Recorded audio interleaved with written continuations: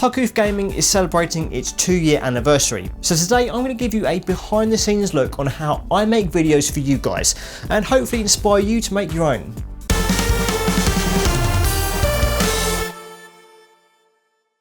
So when it dawned on me a month or two ago that this channel would be celebrating 2 years of existing, I've been racking my brains trying to come up with some way to celebrate this 2 years of making content for myself and of course you guys. This video has two purposes. One, to give you guys a look into how much work goes into coming up with new videos every week, and two, to show you my process in the hope of inspiring others to make their own videos. Hopefully you'll fit into one or even both of those audiences, so please enjoy. Some YouTubers like to vlog or make spur of the moment videos, and I honestly envy anybody that can do that. Unfortunately for me, I'm the sort of person that just has to plan everything out. As a day job, I work as a project manager, so it feels much more natural for me to just have a solid process for every single thing I do in terms of videos.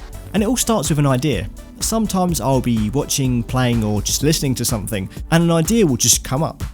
At other times I'll randomly remember a game I've played or heard about and just cover it, and recently fans of this channel have been giving me ideas for a change. For a video I've recently been working on, it came from a suggestion on the Pug Hoof Gaming Patreon page. In the comments of the Stunt Race FX Review early video post, a patron by the name of Tommy1 brought up the game Uniraces, suggesting that it would make an awesome video, and I agreed, so I've been working on it. But every video idea that comes my way is recorded in some way, and the entire workflow of that idea is documented in a free application called Trello. With Trello I can visualise all of the ideas I have, keep track of my progress with all of them and come up with a complete plan of how I'm going to make that video and when it needs to be done by. Once the idea is there and I'm ready to work on it, there's a set process I use for pretty much every video I make. First off, I'll research the topic, so I'll search the web, watch YouTube videos, listen to podcasts or even read books, God forbid, to try and get as much information on a topic as possible. Now for reviews, there isn't usually too much research required other than a few bits of factual information just to give a little context to the review.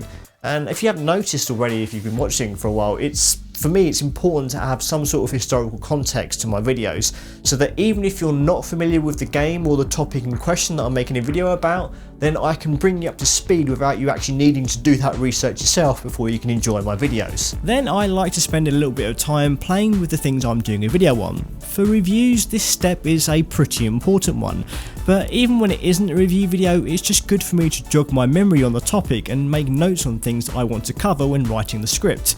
I'll also capture some footage while I'm playing, so you can never have too much footage to use when making a video. And then it's time to start writing. As mentioned, I have very little confidence when it comes to talking for any length of time, so writing a script serves a lot of purposes for me. It makes the process of filming on camera and voiceover segments a much quicker and smoother process, and it helps to make me sound like I actually know what I'm doing, which I'm sure you'll appreciate. Also, as an added bonus, in scripting everything, I end up with a full transcription of my video that I can post on pughoofgaming.com and also import into the YouTube video subtitles to ensure my videos are accessible for those with hard of hearing or speak a completely different language. And if I'm doing a video review, then I'll be playing that game a whole lot before I even think of writing anything apart from the odd note. But depending on the topic, I'll likely be recording footage in bulk. So for example, my monthly retro gaming chart show, I'll probably play and capture the first 10 to 15 minutes of every game in that month's chart, but other videos might require a little bit more footage, especially if the script is referring to a particular moment or feature.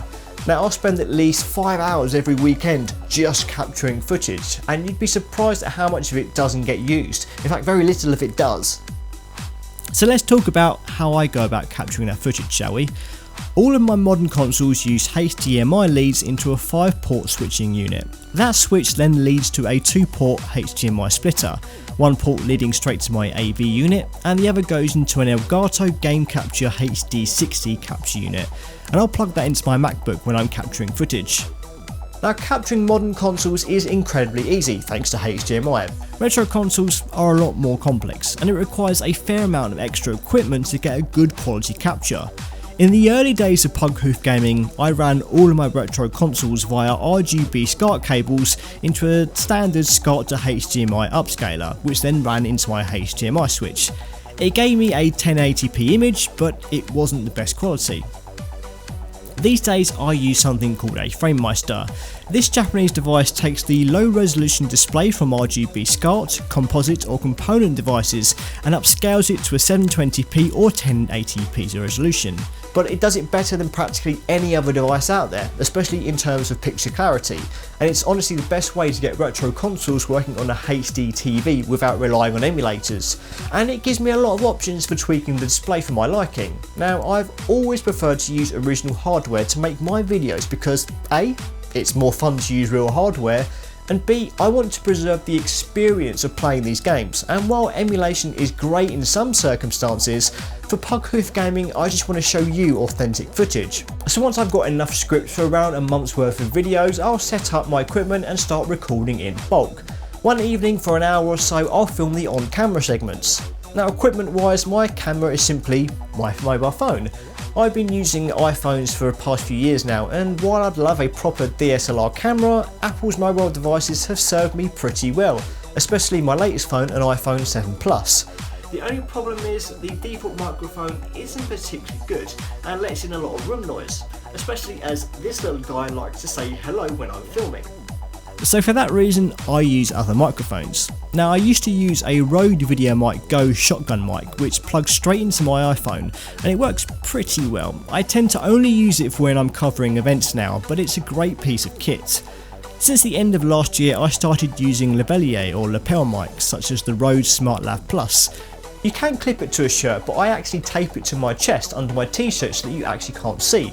And instead of plugging it into my iPhone and running a long cable, I actually run it into a Zoom H1 digital recorder, which I put into my pocket, so it's actually like a little mic pack. I keep shots well lit with 3 LED lighting fixtures, each one containing around 160 LED bulbs, and run off 6 AA batteries each, and they're surprisingly bright. As you probably know, I have a green screen, and it's just a collapsible screen from Amazon. You just have to be careful how you put it back in the bag. Recording voiceovers and narration is much easier. Now, back in my days of singing in bands a long time ago, I bought this Rode M3 condenser mic, and for the last decade I've been using it to record podcasts and video dialogue.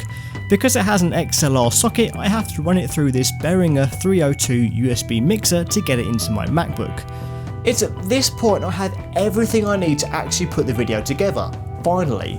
Like everything else, I like to do it all in bulk, and I try and edit a month's worth of videos in about a week, although it may take longer if I need more footage for whatever reason. All of my editing is done on a MacBook Pro in Final Cut Pro X. A lot of other people in games media tend to use Adobe Premiere, but mainly because it's supported by Windows. But I love how easy Final Cut Pro is for me to use. I find Premiere a little too intimidating in terms of its user interface, but I have dabbled with it in the past. Once I've edited everything in Final Cut, I render it and start uploading it to YouTube. But that is not where this video finishes, because there's still a whole lot more work to do before a video is done. Even when it's uploaded to YouTube, I still have to come up with a suitable and eye-catching thumbnail, which I do in Photoshop, and making good thumbnails is something I'm still learning to do well, but I think I'm kinda getting there. Then there's also the matter of writing a title and description for the video, and a whole lot of thought goes into that at times, sometimes doing it even before I even start a video.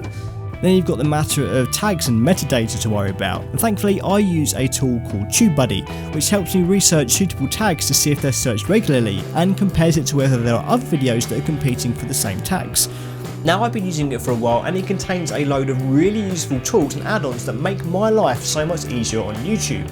And if you want to check it out, I'll put my affiliate link in the description.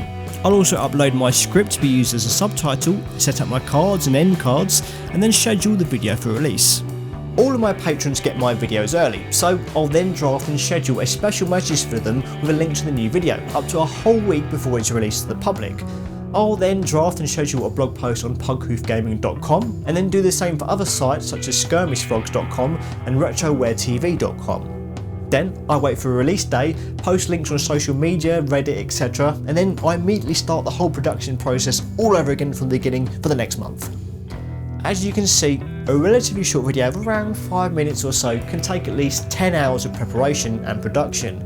It's incredibly hard work, but I have loved every minute of it, and hopefully you do as well.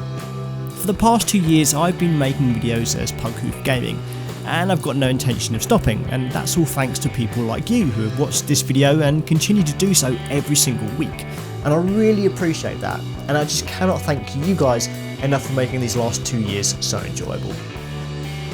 Thank you so much for watching this video. If you like this and want more, you can click this icon to subscribe, this icon to support me financially via Patreon, or these icons to watch more videos from my channel.